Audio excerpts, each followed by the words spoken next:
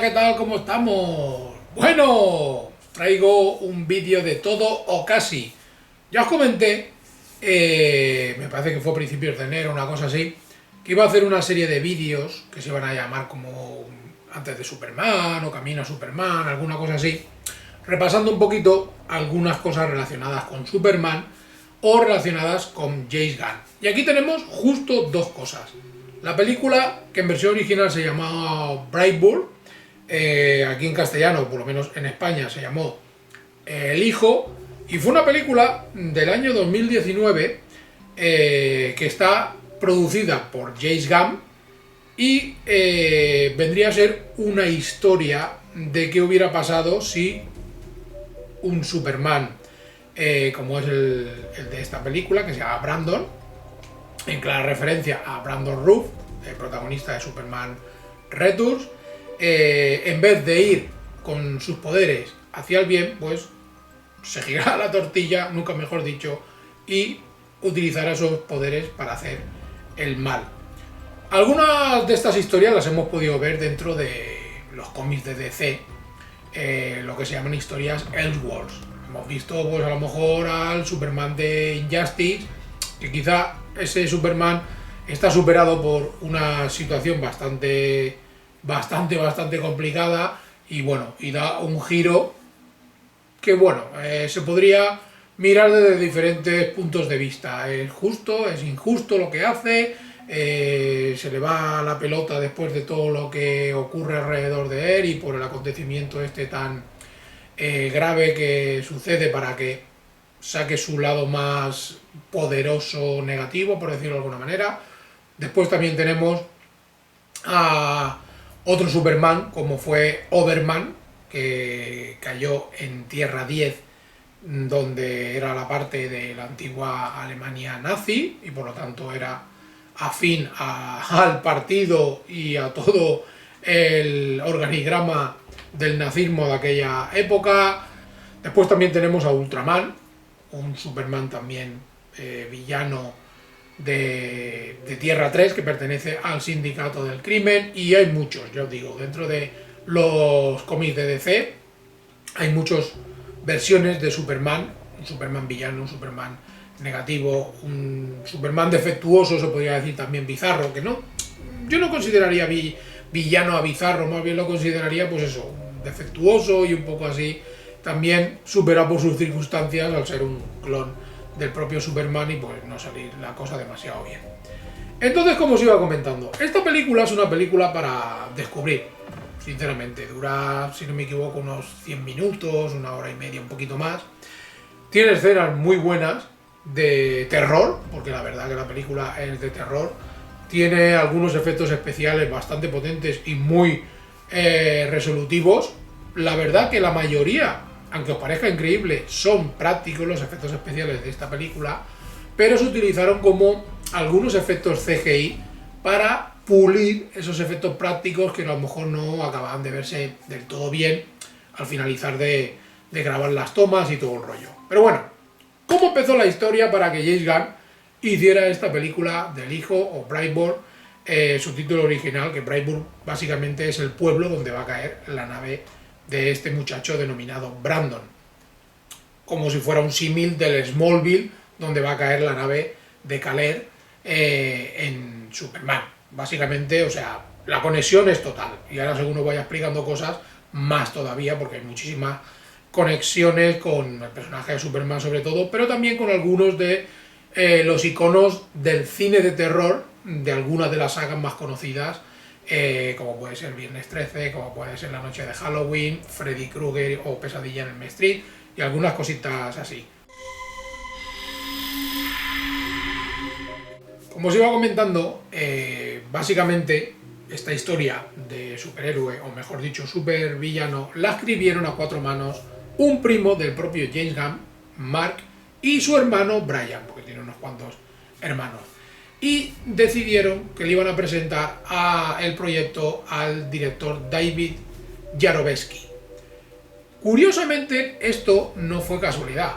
David Yarovesky, supongo que lo estoy diciendo bien el apellido, había sido el productor de cuando empezaba a hacer cortos, empezaba a filmar sus primeros proyectos, sus primeras cositas para darse a conocer. James Gunn fue quien le financió, quien le produjo pues todos esos cortos para que los pudiera subir pues a redes sociales como YouTube o algunas cositas así y darse a conocer.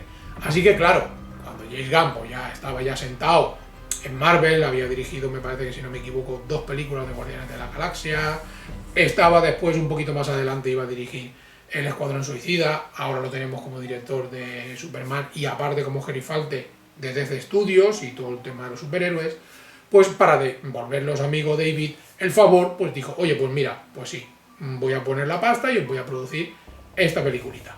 Curiosamente esta película no pertenece a ninguno de los estudios con los que él ha trabajado o está trabajando, ni pertenece a Warner, ni pertenece a Marvel Studios o a Disney Studios, sino que es una película producida por Sony dentro de su estudio, porque lo compraron evidentemente Columbia Pictures.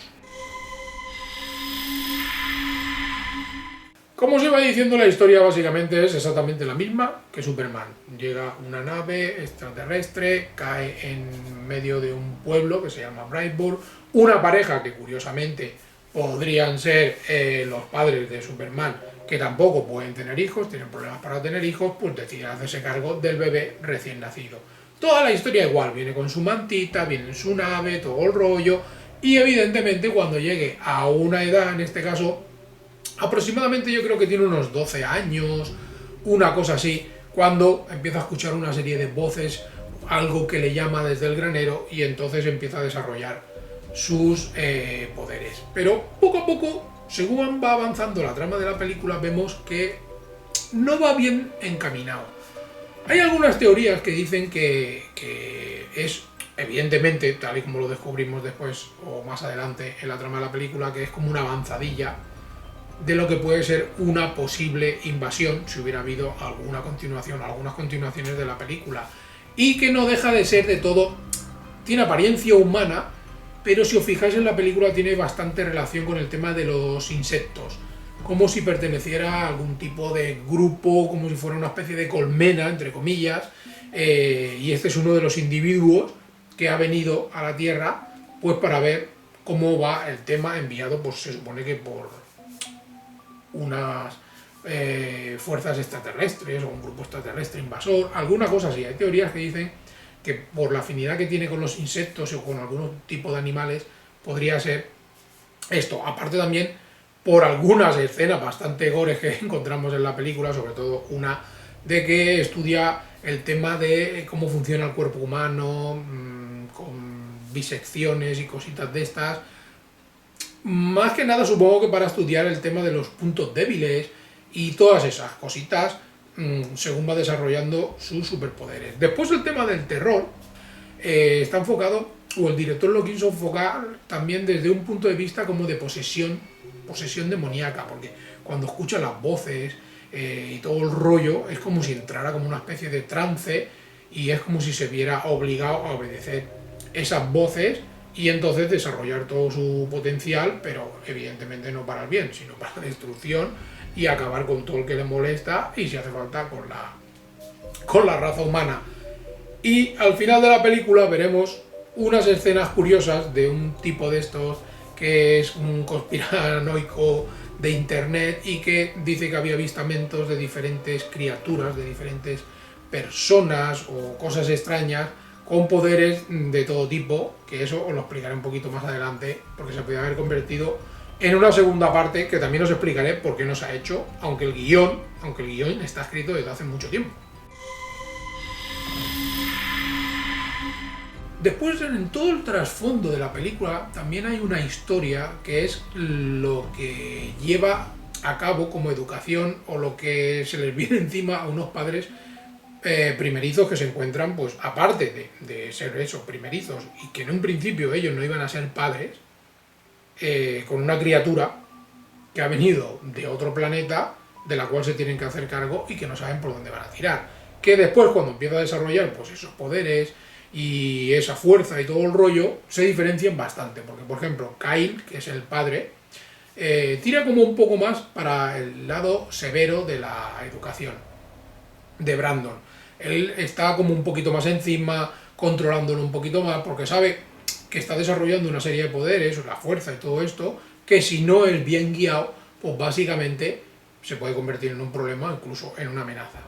Después tenemos por el otro lado a Tori, que es la madre, que es todo lo contrario. Es una madre coraje, siempre va a apoyar a su hijo, intenta gestionar todas las cosas que hace su hijo, sean buenas o sobre todo las malas, intenta darle algún tipo de lectura o de enseñanza a su hijo hasta las últimas consecuencias, como vemos al final de la película. No voy a hacer ningún tipo de spoiler por si no lo habéis visto, pero la verdad que tiene un final bastante macabro. Curiosamente, todo esto que le pasa a Brandon en la película, la transición a la adolescencia, el descubrimiento de esos poderes y todas esas cositas, fueron experiencias que el propio director David quiso introducir dentro del guión de la película, con algunos cambios que se produjeron y tal, en conversaciones con Mark y David, los guionistas originales.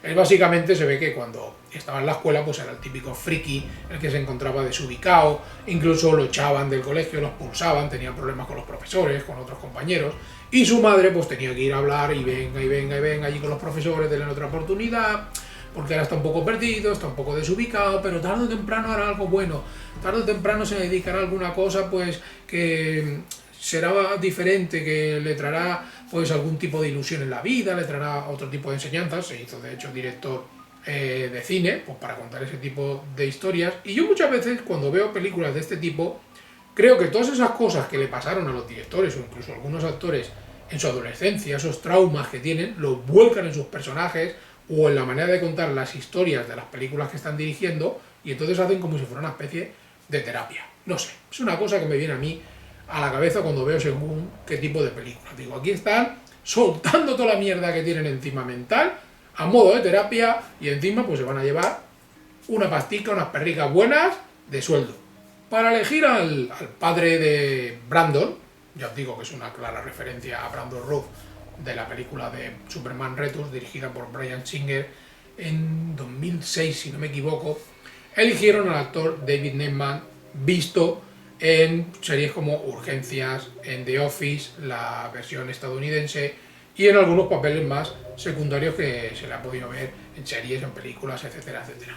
Y después, para su madre Tori, eligieron a la más conocida, bastante más conocida actriz, Elizabeth Banks. La habéis podido ver dentro de la saga de los Juegos del Hambre, que es aquella que se dedica a hacer todo el tema de los trajes y todo el rollo, la que es la modista.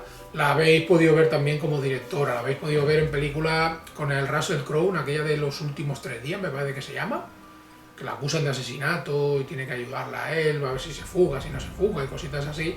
O sea, Elizabeth Banks también ha participado en comedias, es una actriz bastante conocida. Después, para Brandon eligieron al actor Jason Dunn, que básicamente había participado en algunas series infantiles de estas de canales tipo Disney Channel, Nickelodeon y cositas así. Y sobre todo lo que le gustó a James Gunn cuando hicieron el casting, porque acordaros que él es el productor y es el que pone la pasta y el que maneja un poquito los hilos de quién entra y quién no entra dentro de la película, le gustó sobre todo la parte cuando hacía su papel interpretando la parte más oscura, la parte de villano. Se ve que el chaval se lo curraba bastante, les impresionó bastante, incluso les dio un poquito de así de miedete y dijeron, ostras, lo has bordado, y por eso lo ficharon. Como curiosidad, vemos algunas escenas, porque cuando empieza la película estamos en otro momento y por medio de flashbacks vemos cómo empezó todo el tema de que se estrelló la nave y todo el rollo, y vemos una evolución muy rápida del personaje por algunos vídeos caseros, cómo lo están bañando, cómo sale de pequeño, un poquito más grande, y todos esos vídeos son vídeos reales de la vida de Jackson, que su madre original cedió a la producción de la película para que los utilizaran para el montaje de algunas escenas y todo el rollo, o sea que son vídeos de estos caseros. Es curioso porque justo en este año, 2019, cuando se dirigió la película, Jackson hizo, se podría decir que de dos superhéroes, o en este caso un supervillano inspirado en Superman, y después hizo también de Ant-Man en Avengers Endgame, cuando se está reduciendo, cuando está creciendo, cuando están haciendo aquellas pruebas de te vamos a enviar por el tiempo y lo hacen viejo al personaje de Scott Lang, o lo convierten en un niño. Pues ese es el chaval este. Y después, como os comentaba, tenemos como una especie de conspiranoico que tiene un canal de una red social muy parecida a YouTube que se llama Big T, y es Michael Rooker, que lo podéis conocer, pues también ha salido en las películas de Guardianes de la Galaxia, si no me equivoco, haciendo de Yondu. Pues sale haciendo eso de un conspiranoico y todo el rollo, que tiene un canal que explica teorías y tal, y aquí te explica algunas cositas de algunos personajes que justo salen al final de la película, justo cuando los títulos de crédito van a empezar, o una cosa así. Como curiosidad, comentaros que la granja donde rodaron la película estaba dividida en dos localizaciones diferentes. Por un lado estaba la casa y por otro lado estaba el granero. Pertenecían a dos localizaciones diferentes, a dos viviendas diferentes de la zona, y entonces lo que hicieron fue, por medio de CGI, juntar las dos para que parecieran que estaban una al lado de la otra. Pero eran dos ubicaciones diferentes. La casa es donde pasa la mayoría de acción familiar, se podría decir, y bueno, y la parte final bastante potente y de destrucción. Y por otro lado está el granero, que básicamente es todo el tema donde descubre los poderes Brandon, y aparte donde está enterrada la nave y todo el rollo, yo digo. Muchas referencias a Superman. Después la escuela donde pasa algunas escenas de acción, algunos encontronazos que tiene el personaje de Brandon, que ya empieza a descubrir sus poderes, y por ejemplo a una niña pues le rompe la mano y cositas así. Todo bastante potente, la verdad. Esta escuela quizá os suene cuando veáis la película porque ha aparecido en la serie Stranger Things. Después, respecto al diseño de vestuario, fue encargado a la propia esposa del director, de nombre Autun, y se quiso basar, como os comentaba antes, en algunas figuras, en algunos iconos del cine de terror. Por ejemplo, si vosotros os fijáis en uno de los vestuarios que lleva Brandon en algunos momentos, justo debajo de su capa y su capucha y todo el rollo, lleva un jersey de rayas que está inspirado en el jersey de raya de Freddy Krueger, por ejemplo.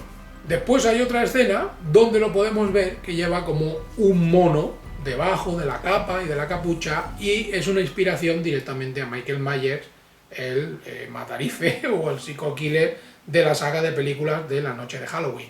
Después, evidentemente, como os comentaba antes, el tema del traje, cuando lo vemos cuando lo sacan en uno de esos flashbacks de bebé, la manta con lo que lo envuelven, después será parte de su uniforme. Por ejemplo, la capa y la máscara esa, que es bastante terrorífica. Que esa máscara también está inspirada un poco en los primeros diseños que se hicieron para el personaje de Jason Voorhees en Viernes 13. Se diseñaron algunas cositas cuando lleva el saco aquel, no sé si os acordáis, no sé si es en la segunda o en la tercera de Viernes 13, que lleva como una especie de saco puesto en la cabeza antes de llevar su máscara esta típica de jugador de hockey. Pues se inspiraron también en esto.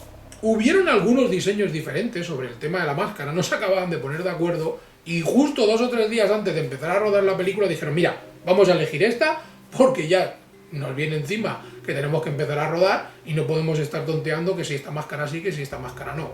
Y al final por eso eligieron deprisa y corriendo, de unos cuantos diseños que tuvieron, la máscara final, que básicamente es esta, que está así cosida como una especie como de cordón y todo el rollo, parece un pasamontañas más bien, pero así como un poco destrozado, que está hecho pues con la manta con la que lo envuelve, igual que la capa. Después, como suele suceder en las películas de M. Night Shyamalan, que tenéis algunos vídeos repartidos por aquí por el canal y que os he explicado sobre todo la conexión que tienen las películas de Shyamalan, sobre todo con el tema de los colores, en esta película pasa lo mismo. Cuando vemos en un principio su vida normal y corriente, antes de empezar a desarrollar los poderes y empezarse a girarse un poco la cabeza y volverse hacia el lado oscuro, por decirlo de alguna manera, todo lo que rodea a Brandon es de color azul.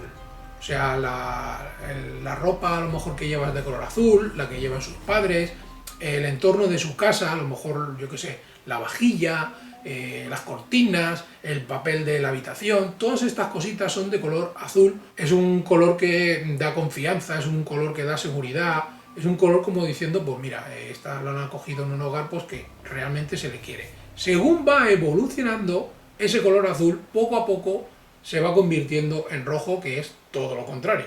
Por ejemplo, el rojo representa la oscuridad que está empezando a invadirle. El rojo es el peligro, el rojo es la amenaza, el rojo es la ira. Y poco a poco lo vemos como se va integrando cada vez más en su ropa. Los símbolos que va dibujando, sobre todo la escena aquella que tiene en el restaurante, aunque bueno, en el restaurante, esta cafetería, no son del todo rojos. En las luces que lo llaman por la noche, las luces que surgen de la nave espacial y todo el rollo, también son de color rojo. Su traje finalmente será de color rojo. Y todo esto porque está haciendo una transición hacia el lado oscuro, hacia el lado chungo de sus superpoderes. Después también, como curiosidad, hay un momento que es muy rápido, tenéis que estar un poco pendiente, porque hay una escena bastante chunga con la camarera de la cafetería restaurante, que luego voy a explicar cómo se hicieron los efectos especiales, porque es bastante potente esa escena. Hay un momento que cuando ya descubren todo lo que está haciendo Brandon y todo el rollo, y ya se pone la cosa súper chunga, y su madre va a visitarlo al granero, que es como su fortaleza de la soledad, ya que no tiene otra, hay un plano que vemos que tiene allí como una persona en una pared, allí enganchada, y como que la ha biseccionado para estudiar un poquito los órganos y todo el rollo, como tienen sus libretas, como tienen sus libros, como tienen esos papeles que van descubriendo poco a poco sus padres en la habitación, especialmente el padre, que es el que está más mosqueado con el niño. Pues esa escena quiso hacerla el director David como un homenaje a la escena mítica de parte del Silencio de los Corderos, cuando Aníbal Lecter a uno de sus carceleros lo engancha, lo deja colgado de la jaula aquella donde lo tienen, y también está pues el tío pues como medio destripado, por decirlo de alguna manera. Otra curiosidad es que las escenas que se producen durante la noche, o las escenas que se producen dentro del granero, en realidad se tenían que rodar de día, porque no sé si lo saben, me parece que lo explican en algún vídeo, cuando un actor es menor, tiene X tiempo o X horas para trabajar, y sobre todo de día, por la noche no puede trabajar ni nada. Entonces lo que hicieron fue poner unas lonas para que pareciera que era de noche y taparan cualquier tipo de luz dentro del granero, y así consiguieron durante el día rodar las escenas que parecían nocturnas. Bueno, los efectos visuales, como os comentaba antes, se hicieron con muy poco CGI. Evidentemente, cuando Brandon vuela o cuando se mueve a super velocidad, vamos a llamarlo, sí que se utilizaron CGI. Y algunas otras escenas utilizaron el CGI, como os comentaba antes, para mejorar los efectos especiales. Por ejemplo, tenemos una escena que también recuerda a la mítica escena de uno de los primeros cómics de Superman, cuando está levantando un coche, pero en esta ocasión Superman lo está levantando como de cara para ayudar a alguien, y en esta película Brandon lo levanta de la parte del parachoque de atrás, y hay ahí como una especie de operación involuntaria maxilofacial. Pues en esa escena le pusieron al actor una prótesis, y para que la prótesis después quedara bien y no se notara que era pues directamente algo enganchado, lo corrigieron con CGI. Otras escenas que también se corrigieron con CGI, incluso se utilizaron también efectos prácticos, es cuando empieza a volar dentro de la casa, empieza a romper las puertas y todo el rollo. Eran puertas de verdad que las habían tapado con paredes para que pareciera la cocina. Entonces, cuando tenían que hacer que fuera atravesando la casa Brandon de un lado a otro, lo que hacía era romper esos paneles falsos que habían puesto, y después con CGI poner a él la figura para arriba y para adelante. Después, por ejemplo, la escena del avión, que ya después vemos un montón de destrozos desperdigados por allí, por encima de la granja y todo el rollo, ya sabemos qué ha pasado. Ha sido una especie como de Patriota en la serie The Boys. Esa escena en The Boys está también referenciada muy bien. Pues todos esos pedazos de avión y todo el rollo, curiosamente se los cedió Marvel Studios. Después tenemos otra escena muy potente, aquella en que utiliza Brandon su visión calorífica, y lo vemos como desde atrás, viendo cómo está derritiendo una cabeza, y todo esto se hizo con una cabeza que evidentemente le pusieron calor, estaba diseñada como una especie como de plástico, látex y cera, y según le iban metiendo calor, pues se iba derritiendo la cabeza y se iba haciendo el orificio que se hace en la escena, que es bastante potente. Y los rayos, evidentemente, pues CGI de apoyo. Pero efecto práctico, la cabeza. Es como la escena de la camarera del restaurante que os comentaba antes. Cuando se empiezan a apagar las luces y todo el rollo, y vemos en los cristales todos los simbolitos, que para hacer todos esos simbolitos, como no hacía el suficiente frío para empañar los cristales, ¿qué es lo que hicieron? Con laca del pelo, el típico spray, pusieron todos los cristales y los dibujaron uno a uno a mano, todos los simbolitos. Después la escena en la que se rompen las luces y sobre todo hay una escena que es muy potente, que le cae un pedacito en el ojo. Esto se hicieron con efectos prácticos también. Se hizo una prótesis de media cara de la camarera y entonces cuando tenemos el primer plano que tiene ahí el trozo clavado en el ojo, se lo está sacando y todo el rollo, en la prótesis. Y todo eso también se corrigió mediante CGI para que pareciera que realmente era su cara. O sea, ya os digo que todo esto es hecho de artesanía, el 90% vamos a poner, de efectos prácticos. Bueno, la película costó simplemente 6 millones de dólares, para lo curiosa que es, lo entretenida que es y algunos susticos que te pegas y los efectos son resolutivos. Recaudó 32 millones.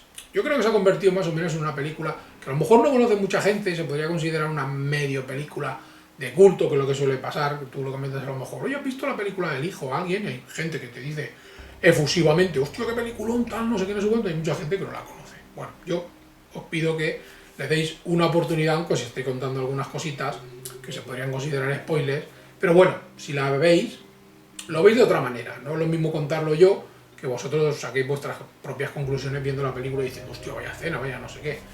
Pues total, llevan desde el año 2019, cuando se rodó esta película, con el rollo de hacer una secuela. ¿Qué pasa? Tienen el guión escrito, se habla muchas veces de que la van a hacer, de que no la van a hacer y todo el rollo, pero la que no quiere hacerla, que me parece curioso, después de invertir 6 millones y recaudar 32, y que si hubieran hecho una segunda parte, podrían haber hecho una franquicia que yo creo bastante buena en comparación a lo que han hecho con los villanos de Marvel, que al final, pues evidentemente, como casi todo ha fracasado, menos Venom, han cancelado ese universo de Spider-Man sin Spider-Man. Sony tiene el 50% o más de los derechos para hacer la secuela y se niegan redondo a hacerla.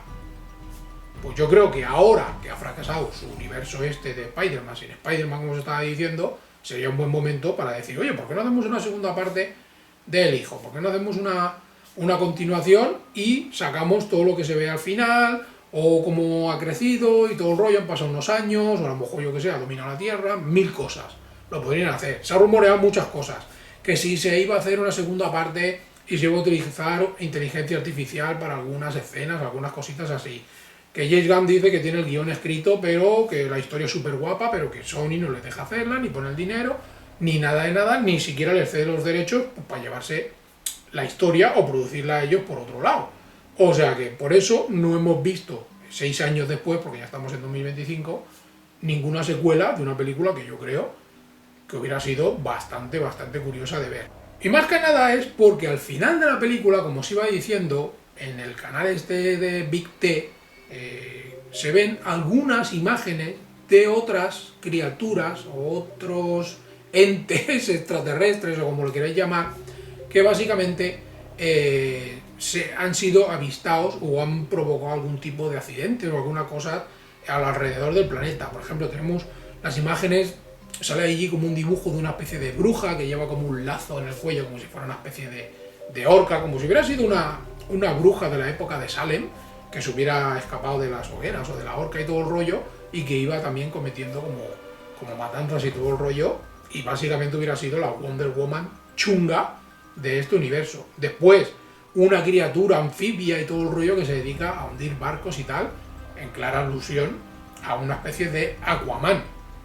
Después hay también algunos sucesos, algunas cosas de un héroe, bueno, de alguien enmascarado que solo se ve una sombra, que no se ve demasiado bien, que también ha hecho algunos delitos y algunas cositas en una ciudad que evidentemente es una referencia a Batman.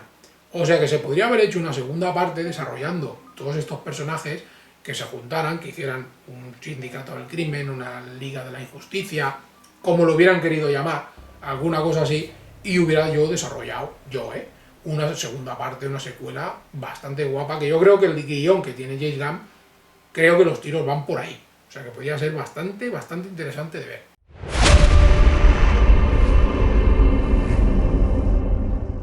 Bueno, y ahora ya para finalizar, dentro de estos vídeos, que pretendo hacer alguno más antes de que se estrene el Superman de James Gunn el próximo 11 de julio, os quiero recomendar, dentro de cada uno de ellos, pues un cómic que a mí pues me gusta de Superman o de algunos Supermanes alternativos y alguna cosita así. Y quiero empezar por este, ya que esto es una historia de un Superman alternativo, esta película de Brightburn, con Superman Hijo Rojo, que yo creo que además está ahora muy en boga, creo que es un tema de actualidad, guionizado por Mark Millar. Mark Millar, creador, por ejemplo, de Kick-Ass, ha trabajado tanto Marvel como para DC, ha trabajado en The Ultimates, ha trabajado en la Liga de la Justicia, en Superman y tal. Un cómic que se publicó en 3 entregas en el año 2003 en Estados Unidos y después llegó aquí en el año 2009, donde se publicó de diferentes maneras.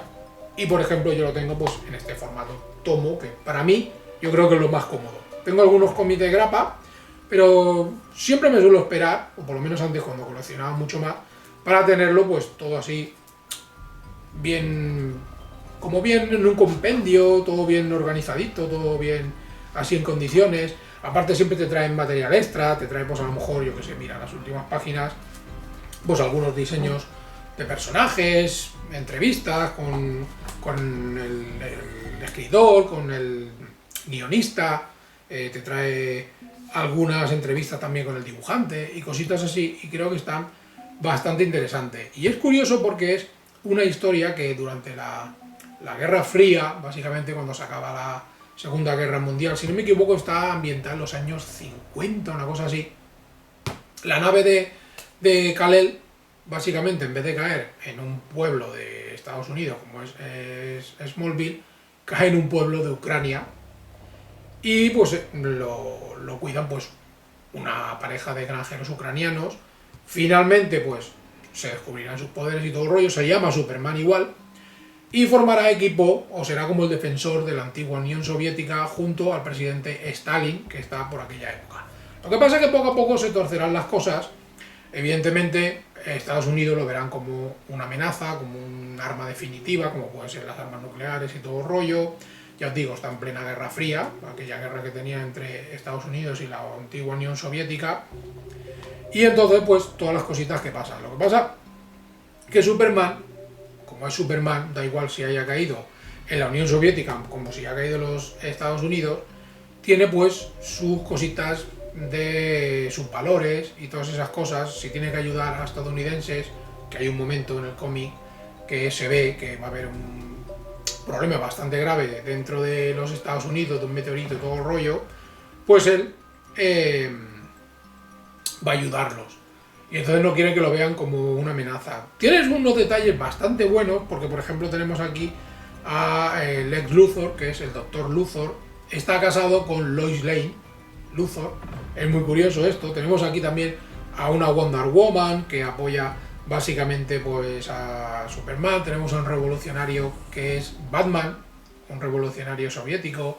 Y la verdad que la historia está bastante bien desarrollada, y sobre todo las consecuencias de cuando intentas hacer el bien, pero por mucho que intentes hacer el bien, las cosas no salen bien, por decirlo de alguna manera. Que es básicamente lo que le pasa a Superman en muchas de sus situaciones y en muchas de sus historias de los cómics, y sobre todo en este. Se hizo una película en el año 2020, que duró 1 hora y 25 minutos, de estas de DC Animation y tal. Lo que pasa es que esa película no es tan profunda como sí que es la historia esta del cómic, que te lo desarrolla todo muy bien, pues esas dudas que tiene Superman de si hacer, apoyar a un lado, apoyar al otro, si hacerse con el control de un sitio donde ve que las personas están sufriendo, o dejarlo correr, no tomar partido. Lo típico que le dice, por ejemplo, su padre en la película de Superman The Movie de Christopher Reeve, de que no tomes partido, tal, que ellos se arreglen o según qué cosas y tal, pero bueno, Superman ya sabemos que no hace caso porque le puede más el ayudar que no el estar sin hacer nada. Y entonces aquí en el cómic está mejor desarrollado, y en la película básicamente está muy concentrado todo en 1 hora y 24 minutos, y sobre todo es básicamente enfrentamientos. La película de animación, que es enfrentamientos con Luthor, que es enfrentamientos con Batman, que es enfrentamiento con Wonder Woman y con algunos personajes más que salen por ahí, que también salen aquí, porque hay un villano principal muy bueno, que en la película está menos desarrollado y aquí en el cómic está muy bien, que no voy a decir evidentemente, pues os he contado 4 cositas, pero no quiero haceros spoilers, tanto si veis la película como si leéis el cómic, para que tengáis las dos diferencias. Evidentemente el cómic 1000 veces superior, Y la adaptación, ya digo, va directamente al grano, a 4 peleas, 4 puñetazos, y un poquito pasan por encima por el desarrollo de la historia de Superman, de este Superman hijo rojo, las dudas que tiene y todas esas cositas que os he comentado. Así que bueno, aquí tenéis pues una película recomendada, que tiene relación con James Gunn y en segundo plano con un hipotético Superman malvado. Y por otro lado, pues este magnífico cómic que lo podéis encontrar en diferentes versiones, porque han sacado muchas versiones. Este es del año... Este es viejuno ya. Esto es una publicación, pues yo que sé de qué año es. A ver, cuando lo sacaron este, que tengo yo... Año 2009, sí, es del 2009 este. Así que bueno, ya han pasado pues 16 años desde que lo tengo, ¿no? Si no me equivoco, desde el 2009. Así que bueno, si queréis descubrir ambas cosas, película como cómic, pues estáis a tiempo. Y bueno, y lo mismo de siempre, si habéis visto la película, si habéis leído el cómic, pues comentarios por aquí abajo. Gusta más o gusta menos la historia de Hijo Rojo, la historia del hijo, por donde hubiera ido una segunda parte. ¿Qué os parece el cómic de Superman Hijo Rojo? Cómo está desarrollado, todos esos conflictos que tiene Superman, todas esas historias mentales de hacia dónde tira, todas esas cositas, comentario. Y de nuevo, suscribiros, compartir el vídeo, dar like, activar campanita, etcétera, etcétera, etcétera.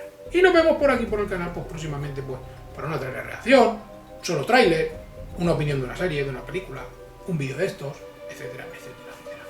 ¡Hasta luego!